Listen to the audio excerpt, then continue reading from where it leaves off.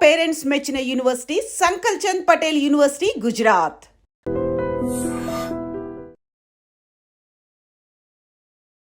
Welcome to iDream media. So జనరల్గా blood pressure, high BP ఇబ్బంది పెడుతూ ఉంటుంది. అయితే ఒక్కొక్కసారి ఒక్కొక్క టైంలో ఒక్కొక్కలాగా బీపీ లెవెల్స్ అనేవి కనిపిస్తూ ఉంటాయి. సో జనరల్గా బీపీ లెవెల్స్ అంటే ఎలా ఉండాలి, ఎంత ఉంటే అది నార్మల్ బీపీ అంటాము, ఎంత ఉంటే హై బ్లడ్ ప్రెషర్గా చెప్తారు, బీపీ టాబ్లెట్స్ వేసుకునే విషయంలో మనం తీసుకోవాల్సిన జాగ్రత్తలు ఏంటి, చేస్తున్న తప్పులు ఏంటి, వివరాలు తెలుసుకుందాం. మనతో పాటు ప్రముఖ internal medicine specialist doctor Rajesh Ukkala గారు ఉన్నారు. డాక్టర్ గారు నమస్తే అండి. నమస్తే. డాక్టర్ గారు, జనరల్‌గా ఒక్కసారి బీపీ వీళ్ళకి వచ్చింది అంటే, వాళ్ళు హై బ్లడ్ ప్రెషర్ పేషెంట్ అన్నప్పుడు ఎంత ఉంటే వాళ్ళని బీపీ పేషెంట్ అంటాము? సో, మీరడిగిన క్వెషన్‌లో ఫ్యూ క్లారిటీస్ కావాలి. ఎందుకంటే, బ్లడ్ ప్రెషర్‌ని సీరియస్‌గా తీసుకోవడం అనేది హ్మ్. నేను ప్రజల్లో చూస్తున్నాను. పేషెంట్స్‌లో గూడా అదేముందిలే అన్నట్టే చూస్తున్నాను. హ్మ్. అయితే అందరికీ అర్థం కావాల్సింది బ్లడ్ ప్రెషర్ నార్మల్ అంటే హ్మ్. లెస్ దెన్ 120, లెస్ దెన్ 80 హ్మ్. ఇది నార్మల్. 120 కన్నా తక్కువ ఉండాలి? 180 కన్నా తక్కువ ఉండాలి. హ్మ్. And range of blood pressure గురించి మాట్లాడుకుందాం. హ్మ్. సో, ఆ 120-90 అనేది నార్మల్ రేంజ్. హ్మ్. అలాగే 80-60 అనేది హ్మ్. Normal range. ఈ మధ్యలో ఎంతున్నా గానీ ఇది నార్మల్ కిందే కన్సిడర్ చేస్తాం. హ్మ్. 90 అండ్ 60 బిలో ఉంటే హ్మ్. లో బ్లడ్ ప్రెషర్ కింద హ్మ్. కన్సిడర్ చేస్తాం. ఇది నార్మల్. ఓకే. తర్వాత బ్లడ్ ప్రెషర్ అనేది ఎవరినంటాము? హ్మ్. సో, బ్లడ్ ప్రెషర్‌లో ఉన్నదేంటంటే అది ఒక వేరియబుల్ కాంపోనెంట్. హ్మ్. అంటే మనం చేసే యాక్టివిటీ బట్టి బ్లడ్ ప్రెషర్ మారుతూ ఉంటది. సడెన్‌గా కోపగించుకున్నాను. హ్మ్. బ్లడ్ ప్రెషర్ పెరగాలి, పెరుగుతుంది కూడా. హ్మ్. అది నార్మల్. నిద్రబోయాము. కాస్త బ్లడ్ ప్రెషర్ తగ్గుద్ది. సో, రిలాక్స్ అయినప్పుడు తక్కువగా ఉండడం, అలాగే ఏదైనా యాక్టివిటీ చేసినప్పుడు పెరగడం అనేది సహజం. అది నార్మల్. హ్మ్. ఆ పెరగడం అనేది ఆల్వేస్ షుడ్ బి అరౌండ్ 140-90 మధ్యన ఉంటే హ్మ్. సో, కన్సిస్టెంట్‌గా మీకు బ్లడ్ ప్రెషర్ గాని 140 అండ్ 90 అబోవ్ హ్మ్. డిఫరెంట్ టైమ్స్‌లో ఒక వారంలో 3 రికార్డింగ్స్ కానీ అబోవ్‌గా వస్తే బ్లడ్ ప్రెషర్ ఉన్నట్టే. హ్మ్. 140 above hmm. In a first person అంటే firstly new diagnosis of blood ప్రెషర్‌ని అలా కేటగరైజ్ చేస్తాం. ఓకే. సో, ఈ మధ్య కాలంలో ఏమైంది బ్లడ్ ప్రెషర్ ఒక్కటే రావట్లేదు. హ్మ్. By one get one free అన్నట్టు డయాబెటిసో, డయాబెటిస్. కొలెస్ట్రాలో, థైరాయిడో ఇంకోటి ఏదో ఒక రకమైన ప్రాబ్లమ్స్ అయితే కనపడుతూనే ఉన్నాయి. సహజంగా కాస్త ఏజ్ రాంగానే 40 అబోవ్ రాంగానే ఇట్లాంటివన్నీ కనిపించేస్తున్నాయి. సో, ఏం చేశాము? ఈటిలికి ఏది బెటరు? హ్మ్. ఎక్కడ ఐడియల్‌గా సూట్ అవుద్దని చూస్తే 130, 80, 130, 80 ఉంటే ఇది పర్ఫెక్షన్. హ్మ్. మనకి అవయవాల మీద ఒత్తిడి పడకుండా, లాంగ్ టర్మ్ డ్యామేజ్ కాకుండా, బ్లడ్ ప్రెషర్ ద్వారా వచ్చే అనర్థాలు ఏవైతే ఉంటాయో అవన్నీ బెటర్ అయ్యే విధంగా ఉంటున్నాయి అనేది హ్మ్. గమనించారు. సో, టార్గెట్ బ్లడ్ ప్రెషర్ హ్మ్. అంటే ఒక పర్సన్‌కి బీపీ డయాగ్నోస్ అయితే వాళ్ళకి మందులు వాడిన తర్వాత, రెమెడియల్ మెజర్స్ వాడిన తర్వాత ఎంత ఉండాలి అంటే 130, 80 ఉంటే ఇది కరెక్ట్. ఇది లాంగ్ టర్మ్‌గా ఇది మెయింటైన్ చేసిన దానివల్ల బెనిఫిషియల్ ఎఫెక్ట్స్ ఉంటున్నాయి హ్మ్. అనేది 130, వాళ్ళు 80 హ్మ్. అంటే డయాస్టాలిక్ ప్రెషర్ అనేది అంతే ఉండాలా? 80 ఉండాలా? 85 అనుకుందాం ఆ! కొద్దిగా రిలాక్సేషన్ చేసినా గాని. బట్ ఇక్కడ ఏమవుతుందంటే నా ప్రాక్టీస్‌లో చూస్తే, ఇంతేగా సార్ ఇప్పుడే నేను గొడవ పడొస్తున్నా ఆ! కింద. ట్రాఫిక్‌లో వచ్చాను, పరిగెట్టుకుంటా హ్మ్. వచ్చాను, మీ దగ్గరికొచ్చాను భయమేసింది, వైట్ కోట్ హైపర్ టెన్షన్ ఇలాంటివన్నీ గూడా హ్మ్. గూగుల్ చేసి వాదనలవుతున్నాయి. హ్మ్. సో, వాస్తవానికేంటంటే, ఇప్పుడున్న న్యూయర్ టర్మినాలజీ, న్యూయర్ గైడెన్స్‌లో బ్లడ్ ప్రెషర్‌ని ఒక విధంగా ఇన్వెస్టిగేట్ చేస్తే బెటర్ అంటున్నారు. హ్మ్. ఎలా అంటే, ఉదయం, సాయంత్రం, మధ్యాహ్నం చెక్ చేయడం కన్నా 24 గంటలు చెక్ చేయండి. హ్మ్. కంటిన్యూయస్‌గా బ్లడ్ ప్రెషర్‌ని మానిటర్ చేయండి. ఈ 24 గంటల్లో నేను చెప్పిన విధంగా ఫ్లక్చుయేషన్స్ జరగడం సహజం. హ్మ్. కానీ కన్సిస్టెంట్‌గా ఎక్కువున్నాయా, లేవా అనేది సీరీస్ ఆఫ్ రికార్డింగ్స్‌లో హ్మ్. ఏర్పడిపోతుంది. పర్టిక్యులర్‌గా నిద్రబోయే టైంలో గాని, హై బ్లడ్ ప్రెషర్ వస్తుంది అంటే హ్మ్. అది బ్యాడ్ సైన్.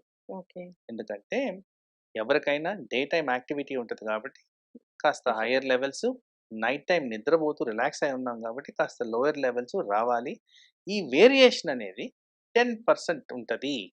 అంటే 120, 80 ఉన్నదంటే నైట్ టైమ్‌లో ఒక 10% డ్రాప్ అయ్యేదానికి ఛాన్స్ ఉంది. ఇది నార్మల్. ఎవరికైతే ఇది డ్రాప్ కాదో, ఈ డ్రాప్ కాని వాళ్ళలో అనర్థాలు జరిగేదానికి ఆస్కారం ఉంటుంది. హ్మ్. సో, అలా ఈ 24 అవర్ బ్లడ్ ప్రెషర్ మానిటరింగ్ వల్ల మానిటరింగే కాకుండా అడ్వాంటేజెస్ కూడా ఉన్నాయి. మీరు అడిగిన క్వెషన్‌లో ఏ టైంలో చేస్తే హ్మ్. మంచిది? ఎప్పుడు మందులు వాడితే మంచిది? అవన్నీ గూడా దీంట్లో క్లారిటీ వచ్చేస్తది. హ్మ్. ఎందుకంటే ప్రతి ఒక్కరికి బ్లడ్ ప్రెషర్ డే టైమే ఉండట్లేదు. హ్మ్. ప్రతి ఒక్కరికి నైట్ టైమే ఉండట్లేదు. వేరియబిలిటీ ఉంటుంది గాబట్టి ఈ హ్మ్. మధ్య కాలంలో ఎక్కువగా నైట్ షిఫ్ట్స్ అనేవి ఎక్కువగా వింటున్నాం గాబట్టి ఈ వెస్టర్న్ మోడ్‌కి అడాప్ట్ అయ్యి రాత్రులంతా మేలుకొని పగలంతా పడుకోవడం జరుగుతుంది కాబట్టి హ్మ్. వీట్లి వల్ల కూడా బ్లడ్ ప్రెషర్ మీద ఇంపాక్ట్ ఉంటుంది కాబట్టి హ్మ్. ఇలా 24 అవర్ బ్లడ్ ప్రెషర్ మానిటరింగ్ చేసిన దానివల్ల హ్మ్. అడ్వాంటేజెస్ చాలా ఎక్కువగా ఉన్నాయని గమనించారు. ఓకే. మార్నింగ్ ఇప్పుడు నిద్రలో బీపీ పెరగడం అంటే అది బ్యాడ్ సైన్. కొద్దిగా బ్యాడ్ సైన్. ఓకే. మార్నింగ్ అంటే ఎప్పుడైనా మార్నింగ్, మధ్యాహ్నం, ఈవినింగ్ బ్లడ్ ప్రెషర్ చెక్ చేసుకోమన్నారు. ఈ 24/7 కాకుండా అన్నప్పుడు. మార్నింగ్ బ్లడ్ ప్రెషరు అసలు జనరల్‌గా ఎందుకు ఎక్కువ ఉంటుంది డాక్టర్ గారు? ఎట్లా ఉండాలసలు? సో సహజంగా మీరు గమనిస్తే నేను ఇప్పుడు దాకా చెప్పిన హ్మ్. దాంట్లో నార్మల్ సైన్స్ బాడీలో జరిగే సైన్స్ ప్రకారం మనకి డే టైమ్ కాస్త ఎక్కువగా ఉండడం, రాత్రులు తగ్గిపోవడం. హ్మ్. అంటే ఇది ఎట్లా తెలుస్తుందంటే మానిటరింగ్ చేస్తే గాని హ్మ్. తెలవదు. హ్మ్. ఎందుకంటే మనము మార్నింగ్, ఆఫ్టర్‌నూన్, డే టైమ్స్ మధ్యరాత్రులు ఎవరు లేసి బ్లడ్ ప్రెషర్ చెక్ చేస్తారు? హ్మ్.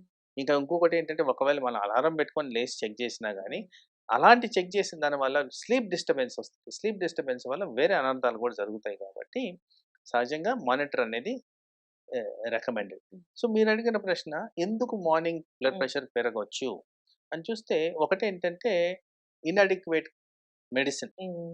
హ్మ్. ఆర్ బాడీలో స్ట్రెస్ అనేది ఎక్కువున్నప్పుడు. హ్మ్. ఏది నిద్ర సరిగ్గా పోకపోవడం. కామనెస్ట్ రీజన్స్ ఏంటంటే మానసిక ఒత్తిళ్ళు హ్మ్. ఆర్ ఫిజికల్ ప్రాబ్లమ్స్ లైక్ చాలా మందికి బ్యాక్ పెయిన్ చాలా సహజంగా వింటాం. దానివల్ల సరిగ్గా నిద్ర పట్టదు. హ్మ్. ఇలాంటి వాళ్ళలో ఏమవుద్ది? ఈథర్ వాళ్ళొక నొప్పి తగ్గడానికి టాబ్లెట్ అన్నా వేసుకుంటారు. నిద్ర సరిగ్గా పోరు. కాస్త స్ట్రెస్‌కి గురవుతారు. హ్మ్. తర్వాత ఈ వర్క్ రిలేటెడ్ హ్మ్. ఇష్యూస్. ఇప్పుడు మేమే అనుకుందాం. మాకు అర్ధరాత్రులు చాలా ఫ్రీక్వెంట్‌గా ఫోన్ కాల్స్ వస్తాయి. హ్మ్. అలాంటి టైంలో వస్తున్నాయంటే కొద్దిగా క్రిటికల్‌గా ఉన్న కేసెస్ వల్లే మనకు వస్తది. సో, డెఫినిట్‌గా నిద్ర అనేది 8 ప్రాబ్లమ్ అవర్స్ ఉండాల్సిందేనా డాక్టర్? కంపల్సరీ ఉండాల్సిందే. హ్మ్. సో, అలా జరుగుతున్నప్పుడు మీరడిగినట్టు హ్మ్. మార్నింగ్ టైమ్ బ్లడ్ ప్రెషర్స్ పెరిగేదానికి హ్మ్. చాలా హై ఛాన్సెస్ ఉంటాయి. ఓకే. అయితే ఇప్పుడు బ్లడ్ ప్రెషర్‌ని మనము వీళ్ళకి బీపీ ఉంది. వీళ్ళు బీపీ పేషెంట్ అని జెప్పాలంటే ఆ 24 అవర్స్ మానిటరింగ్ అనేది ఖచ్చితంగా చేయించుకోవాల్సిందే. ఇప్పుడున్న గైడెన్స్ ప్రకారం హ్మ్. Ideally recommended. హ్మ్. ఇందాక మీరడుగుతున్నప్పుడు మార్నింగ్ టైమ్ బ్లడ్ ప్రెషర్ హ్మ్. ఎందుకు హ్మ్. పెరగొచ్చంటే దాంట్లో ఒక పాయింట్ కూడా మర్చిపోయానండి. హ్మ్. చాలా మందికున్న habit consumption of alcohol and smoke. Hmm. So, tobacco and alcohol వల్ల hmm. Definite impact on blood pressure. Hmm. ఇప్పుడున్న హ్యాబిట్స్‌లో లేట్ నైట్‌గే ఎక్కువగా ఇలాంటివి జరుగుతాయి. హ్మ్. ఆల్కహాల్ అవును. కన్జంప్షన్ కానివ్వండి, స్మోకింగ్ సైమల్టేనియస్‌గా కానివ్వండి. అండ్ ఆ టైంలోనే ఆ స్నాకింగ్ గూడా. హ్మ్. దాంట్లో high quantity of salt salt. And హ్మ్. ఆయిల్స్ ఉంటాయి కాబట్టి ఈట్లి కారణంగా గూడా బ్లడ్ ప్రెషర్ ఇంపాక్ట్ అనేది ఎక్కువగా ఉండేదానికి ఛాన్స్. హ్మ్. ఎక్కువ నీళ్ళు తాగకపోయినా బీపీ చూపిస్తదా డాక్టర్ గారు? ఎక్కువ నీళ్లు తాగకపోవడం అంటే జనరల్‌గా సైన్స్ ప్రకారం చూస్తే హ్మ్. ఎక్కువ నీళ్లు తాగితే మనకి బ్లడ్ ప్రెషర్ ప్రాపర్ సర్క్యులేషన్ ఉండేదానికి ఛాన్స్ ఉంది. హ్మ్. నీళ్లు సరిగ్గా తాగనప్పుడు బ్లడ్ ప్రెషర్ తక్కువైపోద్ది. లైక్ ఇప్పుడు లూజ్ మోషన్స్, వామిటింగ్స్ అయ్యాయండి. హ్మ్. So, dehydration. డీహైడ్రేషన్ వల్ల ప్రెషర్స్ తగ్గుతాయి గానీ హ్మ్. పెరగవు. ఓకే. అయితే డాక్టర్ గారు మార్నింగ్ బీపీ పెరుగుతుంది అన్నప్పుడు 140 అట్లా ఉందంటే ఖచ్చితంగా వాళ్ళకి బీపీ ఉందన్నట్లే ఇంకా. ఎందుకంటే యాక్టివిటీస్ ఏమి ఉండవు గదా! మీరు చెప్పినట్లు ఈ రీజన్స్ వల్ల. ఈ సాయంత్రం కల్లా బీపీ అంటే ఒకవేళ లెవెల్స్ పెరిగితే కన్సిడర్ చేస్తామా మనం బీపీ లాగా? కన్సిస్టెంట్‌లీ 3 టైమ్స్ ఆన్ ఎ హ్మ్. Different days of the week హ్మ్. 3 రికార్డింగ్స్ డిఫరెంట్ టైమ్స్‌లో, హ్మ్. డిఫరెంట్ డేస్‌లో హ్మ్. 140 అండ్ అబోవ్ 90 వస్తే హ్మ్. డెఫినిట్‌గా వాళ్ళకి బ్లడ్ ప్రెషర్ గురించి కన్సిడర్ చేయాలి. ఇది ప్రీవియస్ హ్మ్. ఇప్పుడు ఈ కంటిన్యూయస్ బ్లడ్ వచ్చింది. ప్రెషర్ మానిటరింగ్ పెట్టంగానే మనకు అర్థమైపోద్ది. హ్మ్. ఎక్కడెక్కడ రికార్డింగ్స్ హ్మ్. పెరుగుతున్నాయి, ఎన్ని రికార్డింగ్స్ పెరుగుతున్నాయి. హ్మ్. అవి చూడంగానే చెప్పేయొచ్చు మనం. ఖచ్చితమైన రిజల్ట్ అనేది ఉంటుంది. యెస్. ఇప్పుడు వాళ్ళకి టాబ్లెట్ రాసారు. బీపీ టాబ్లెట్ మార్నింగ్ ఒకటి, ఈవినింగ్ ఒకటి అవసరం ఉంటుందా? ఒక టాబ్లెట్‌తో సరిపోయే మందులొచ్చాయా డాక్టర్ గారు? అయితే ఇప్పుడు ఇదివరకు ఉన్న కాన్సెప్ట్ ఎలా ఉండేదంటే ఒక టాబ్లెట్ హ్మ్. తీసుకొని, ఆ టాబ్లెట్‌ని డోస్ పెంచుకొని నెక్స్ట్ టాబ్లెట్‌కి వెళ్ళడం అనేది జరిగేది. ఇది సీక్వెన్షియల్ ఆఫ్ ఈవెంట్స్ జరిగేవి. ఇప్పుడు ఏంటంటే మల్టీ ప్రాంగ్ అటాక్ అంటున్నారు. హ్మ్. అంటే అన్ని ఏరియాస్ నుంచి బ్లడ్ ప్రెషర్‌ని అటాక్ చేస్తూ కంట్రోల్ చేస్తే మంచిది. సో, దీంట్లో చాలా రకాల మెకానిజమ్స్ ఉన్నాయి గానీ, మీరు అడిగిన ప్రశ్నకి హ్మ్. Multiple doses tablets, multiple types of tablets హ్మ్. కంబైన్ చేసి ఇచ్చిన దానివల్ల హ్మ్. మనకి బెటర్‌మెంట్ ఉంటది. హ్మ్. అంటే బ్లడ్ ప్రెషర్ అనేది ఒక్కొక్కరికి ఒక్కో విధంగా ఉంటది అవును. కాబట్టి, లో లెవెల్‌లో ఉన్న వాళ్ళకి బహుశా ఒక సింగిల్ టాబ్లెట్‌తోనే తగ్గిపోద్ది. అది కూడా కంబైన్డ్ టాబ్లెట్ ఇస్తే బెటర్ అంటున్నారు. హ్మ్. హై లెవెల్ ఉందనుకోండి, మల్టిపుల్ డోసెస్ ఇచ్చిన దానివల్ల బెనిఫిషియల్ ఎఫెక్ట్స్ ఉంటాయని కూడా గమనించారు. హ్మ్. డాక్టర్ గారు ఎప్పుడైనా బీపీ టాబ్లెట్లు మర్చిపోతే ఒకవేళ ఎన్ని రోజులు మర్చిపోతే కాస్త సేఫ్‌గా ఉండొచ్చు? బేసిక్‌లీ ఒక డోస్ కూడా మర్చిపోకూడదు. హ్మ్. ఎందుకంటే ప్రతి క్షణం అది మీ బాడీలో హ్మ్. అవయవాల మీద తీవ్రత అనేది చూపిస్తూ ఉంటది. అండ్ మీకు కూడా తెలుస్తుంటది. హ్మ్. అరే! ఈరోజు ఏంటి నాకు అంత తేడాగా ఉంది. హ్మ్. టాబ్లెట్ వేసుకున్నానా లేదా అనేది ఫస్ట్ డౌట్ రావాలి. హ్మ్. కొన్ని సందర్భాల్లో ఏందంటే ఇన్‌యాక్సెసిబిలిటీ. హ్మ్. సపోజ్ మొన్న వరదలొచ్చాయి. హ్మ్. చాలామంది టాబ్లెట్స్ దొరక్క అవును. ఊరుల్లో సఫర్ అయ్యారు. సో, అలాంటప్పుడు మీరు ఎంత వీలైతే అంత త్వరగా హ్మ్. ఆ టాబ్లెట్స్‌కి యాక్సెస్ అసలు వీలైన చోట ఎక్కువగా తెచ్చిపెట్టుకోవడం అనేది. హ్మ్. ఎందుకంటే బ్లడ్ ప్రెషర్ సమస్య అనేది లైఫ్ లాంగ్ సమస్య. అవును. ఒక నెల, ఒక వారం వాడితే సరిపోదు హ్మ్. కాబట్టి స్టాక్ ఎక్కువగా పెట్టుకొనుంటే హ్మ్. Always beneficial. సో, దాన్ని ఎన్నో రోజులు మిస్ అవ్వడం కాదు. ఒక రోజు మిస్ అయినా గానీ హ్మ్. అది మేజర్ ఇష్యూ కింద మనం కన్సిడర్ చేయాలి. హ్మ్. ఒకరిద్దరు చెప్తే విన్నాను నేను. బీపీ పెరిగింది, హెడేకొస్తుంది, టాబ్లెట్ వేసుకున్నారు. అయినా హెడేకొస్తే ఇంకొక టాబ్లెట్ వేసుకున్నారు. సో, హాస్పిటలైజ్ అవ్వాల్సిన పరిస్థితొచ్చింది అని. అంటే అట్లా డాక్టర్ చెప్పకుండా అట్లా డోసులు వాళ్ళకి వాళ్ళు మార్చుకోవచ్చా డాక్టర్ గారసలు? నాట్ రికమెండెడ్ హ్మ్. At all. అసలు అది కరెక్ట్ అప్రోచే కాదు. హ్మ్. అక్కడ మనకు అర్థం కావాల్సిందేంటంటే బీపీ పెరగడానికి హ్మ్. మనకి బాడీలో స్ట్రెస్ అనేది రావాలి. హ్మ్. హ్మ్. హెడేక్ గూడా ఒక టైప్ ఆఫ్ స్ట్రెస్. హ్మ్. దాని కారణంగా ఏమవుతుంది? బీపీ ఆటోమేటిక్‌గా పెరుగుతుంది. అవును. సో, ప్రైమరీగా మనం అడగాల్సిన క్వెషన్ ఏంటంటే, బీపీ ఫస్ట్ పెరిగిందా? హెడేక్ వచ్చిందా? ఆ! ఇది ఎక్కడి నుంచి వచ్చిందనేది ఒరిజినేట్ హ్మ్. చేసుకుంది. దాన్ని క్లుప్తంగా మనం అనాలిసిస్ చేస్తే, హ్మ్. అప్పుడు కరెక్టివ్ మెజర్స్ అనేవి హ్మ్. మనకి ప్రాపర్‌గా ఉంటాయి. సో, హెడేక్ అండ్ బీపీని మనం అండర్‌స్టాండ్ చేసుకునేటప్పుడు ఏది ముందరొచ్చింది? దేని కారణంగా వచ్చిందనేది మనం హ్మ్. అర్థం చేసుకోవాలి. ఇది ఒకటి. హ్మ్. రెండో పాయింట్ ఇంపార్టెంట్ పాయింట్ ఇది ప్రజల్లో నేను ఎక్కువగా పేషెంట్స్‌లో గమనించింది. హెడేక్ వచ్చింది కదా! అని చెప్పి ఈ నొప్పుల టాబ్లెట్‌లు వేసుకుంటారు. అవును. Most important side effect of pain killers హ్మ్. ఏంటంటే బ్లడ్ ప్రెషర్‌ని పెంచడం. హ్మ్. దాని కారణంగా గూడా మనకి ఎఫెక్ట్ అనేది జరుగుతుంది కాబట్టి, ఇది కాస్త జాగ్రత్తగా హ్మ్. మనం చూసుకోవాల్సిన అవసరం అయితే హ్మ్. ఉంది. బీపీ టాబ్లెట్స్ వేసుకున్నామని మర్చిపోయి ఇంకో డోస్ కూడా వేసుకోకూడదు. సో, అసలు దాన్ని స్కిప్ చేయకూడదు. యెస్. ఒకవేళ బీపీ ఉంది, బ్లడ్ ప్రెషర్ పెరిగిపోయింది, చాలా పెరిగిపోయింది అంటే బాడీలో ఎలాంటి లక్షణాలు కనిపిస్తాయి? సహజంగా blood pressure is a silent killer. ఎక్కువగా సింప్టమ్స్ కనపడవు. అవును. వచ్చినప్పుడు చాలా కాటాస్ట్రోఫిక్‌గా హ్మ్. వస్తది. మీరు కూడా చాలా సార్లు వినుంటారు. ఈ మధ్య మనం వింటున్న అనర్థాలకి హ్మ్. చాలా మటుకు బ్లడ్ ప్రెషర్ ఒకటి కారణం అయ్యుండొచ్చని నేను అవును. అనుకుంటున్నాను. హ్మ్. వాటిల్లో ముఖ్యంగా వచ్చేవేంటి? హెడేక్, తల తిరగడము, హ్మ్. చెమటలు పట్టడం, చేత కాకపోవడం, హ్మ్. ఆయాసం, కళ్ళు తిరగడము, గుండె దడ ఇలాంటివన్నీ ఫ్రీక్వెంట్‌గా మనకి కనిపించే సింప్టమ్స్. బట్ ఇది అందరిలో కనిపిస్తదని గ్యారంటీ అయితే లేదు. Yes. But element of doubt రాంగానే హ్మ్. ఫస్ట్ మనం చెక్ చేసుకోవడం అనేది ఇంపార్టెంట్. హ్మ్. బీపీ అయితే ఒక 25 ఏళ్ల వయసు నుంచే చెక్ చేయించుకోవాలి. 25 అబ్సల్యూట్‌లీ. ఇయర్స్ ఆఫ్ ఏజ్ నుంచి. అబ్సల్యూట్‌లీ. యెస్. ఒకప్పుడంటే 40 ఏళ్ల తర్వాత చేసుకునేవాళ్ళా? హ్మ్. అంటే ఇప్పుడేం లేదండి. ఇప్పుడు నైట్ టైమ్ షిఫ్ట్స్ చేస్తున్నారు. హ్మ్. వీళ్ళకి నిద్ర లోపిస్తుంది. వీళ్ళలోనే మానసిక ఒత్తిడులు ఎక్కువగుంటాయి. హ్మ్. టార్గెట్ ఓరియెంటెడ్ జాబ్స్ చేస్తున్నారు. యెస్. వీళ్ళందరిలో బ్లడ్ ప్రెషర్ పెరగడానికి చాలా ఆస్కారం ఉంది. తర్వాత ఈ నైట్ షిఫ్ట్స్ చేసే వాళ్ళలో హ్మ్. అబ్నార్మల్ ఈటింగ్ హ్యాబిట్స్ ఉన్నాయి. హ్మ్. అది కూడా హై క్యాలరీ ప్రాసెస్డ్ ఫుడ్స్ తింటున్నారు. హ్మ్. దాంట్లోనే salt, oil, masala everything is high. అవును. అందుకోసం ఛాన్సెస్ ఆఫ్ బ్లడ్ ప్రెషర్ చాలా ఎక్కువగా ఉంది. Hello doctor Dilip Gude here physician Yashoda hospital Somajiguda Hyderabad. మనం ఈ ఒక కండిషన్ ప్రీ డయాబెటీస్ అనే కండిషన్ గురించి డిస్కస్ చేద్దాం. మనకు తెలిసిందే ఇప్పుడు HbA1c 5.7 నుంచి 6.5 వరకు ఉన్న వాళ్ళని మనం ప్రీ డయాబెటీస్ రేంజ్లో ఆ స్పెక్ట్రంలో పెడతాం. అంటే ఇటువైపు లెఫ్ట్లో నాన్ డయాబెటిక్స్ ఉంటాయి, మధ్యలో ప్రీ డయాబెటిక్ పేషెంట్స్ ఉంటాయి, ఇటువైపు డయాబెటిక్ పేషెంట్స్ ఉంటారు. అంటే ఇవాల్టి ప్రీ డయాబెటిక్ పేషెంట్ రేపు డయాబెటిక్ అవ్వబోతున్నాడు అని అర్థం. అయితే చాలామంది ఇంకా డయాబెటీస్ రాలేదులే అని పెద్దగా సీరియస్గా తీసుకోరు ప్రీ డయాబెటీస్ని. కానీ చాలా స్టడీస్ జరిగాయి ప్రీ డయాబెటిక్ పాపులేషన్లో వీళ్ళకి హార్ట్ డిసీజ్ రిస్క్ పెరుగుతుందా, వీళ్ళకి కిడ్నీ డిసీజ్ వచ్చే రిస్క్ ఎక్కువ ఉంటుందా అంటే డయాబెటిక్ అవ్వకముందే. సో అంటే ఖచ్చితంగా వీళ్ళలో రిస్క్ పెరుగుతుంది అని ప్రూఫ్ ఉంది మనకి. సో ప్రీ డయాబెటిక్ పేషెంట్స్లో కూడా ఫ్యూచర్లో అంటే నెక్స్ట్ 10 ఏళ్ల తర్వాత అవ్వచ్చు హార్ట్ డిసీజ్ రిస్క్ పెరుగుతుంది. అంటే హార్ట్ అటాక్ వచ్చే రిస్క్ అవ్వచ్చు, దెన్ స్ట్రోక్ రిస్క్ అవ్వచ్చు, దెన్ కిడ్నీలో ప్రాబ్లమ్స్ వచ్చి అంటే ప్రోటీనూరియా యూరిన్లో ప్రోటీన్ పోయే కండిషన్ కూడా ప్రీ డయాబెటిక్ పేషెంట్స్లో ఉంటుందని ప్రూఫ్ ఉంది.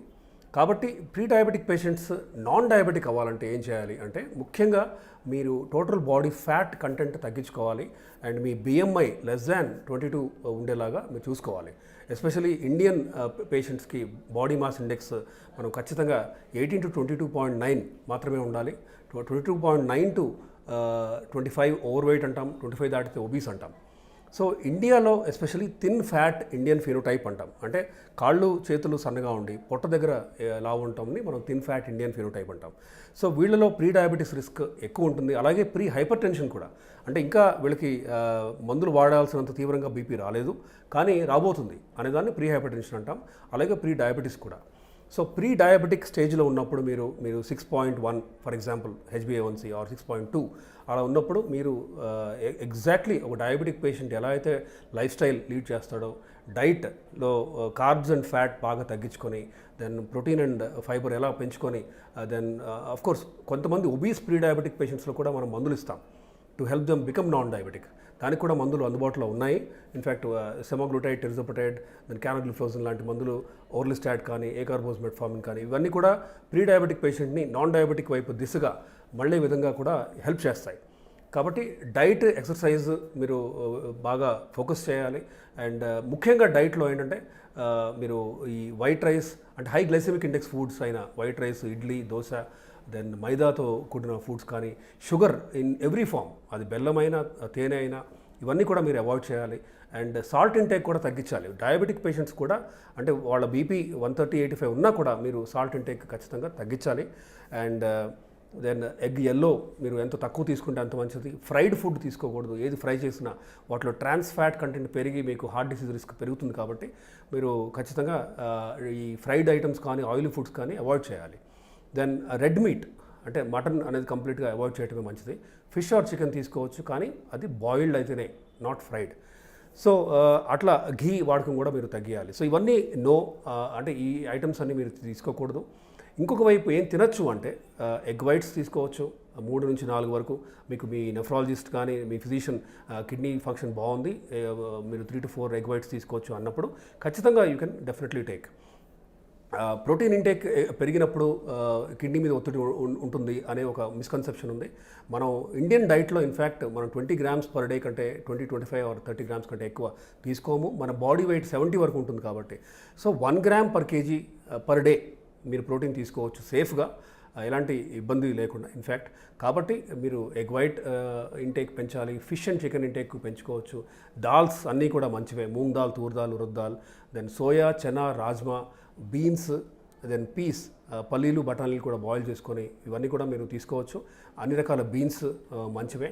దెన్ వెజ్జీస్లో టొమాటో, క్యారెట్, కీరా, broccoli, lettuce, then capsicum, spinach లాంటివి కూడా మీరు ఇంక్రీజ్ చేయాలి వీటి ఇంటేక్. ఇన్ఫ్యాక్ట్ 2 meals లంచ్, డిన్నర్లో ఖచ్చితంగా ఇవన్నీ ఉండేలాగా చూసుకోవాలి. రైస్ అండ్ రోటీ ఇంటేక్ ఎంత తక్కువ చేస్తే అంత మంచిది. సో టోటల్గా మనం ఏం చేస్తున్నాం, సింపుల్ కార్బ్స్ బాగా తగ్గించి కాంప్లెక్స్ కార్బ్స్ కూడా తీసుకుంటే కాంప్లెక్స్ కార్బోహైడ్రేట్సే అవ్వాలి. అంటే తినగానే ఈజీగా డైజెస్ట్ అవ్వని ఫుడ్స్ని మనం ఎంకరేజ్ చేయాలి. సో డైట్ అనేది ఒక integral part of diabetes management. Pre డయాబెటీస్ని నాన్ డయాబెటిక్ చేయడానికి కూడా ఈ డైట్ హెల్ప్ అవుతుంది. దెన్ అఫ్కోర్స్ ఎక్సర్సైజ్ అనేది చాలా చాలా ముఖ్యం. మీరు కార్డియో చేయాలి. కార్డియో అంటే సైక్లింగ్, ట్రెడ్మిల్, స్విమ్మింగ్ లాంటివి. దెన్ వెయిట్స్ కూడా రెసిస్టెన్స్ ట్రైనింగ్ కూడా మీరు చేయాలి. మజిల్ బల్క్ పెంచుకోవడానికి ట్రై చేయాలి. ఇలా చేస్తే ఖచ్చితంగా ఒకవైపు డైట్, ఇంకోవైపు ఎక్సర్సైజ్ అండ్ ఇఫ్ రిక్వైర్డ్ మందులు ఇలా వాడితే ప్రీ డయాబెటిక్స్ని మనం నాన్ డయాబెటిక్ చేయొచ్చు.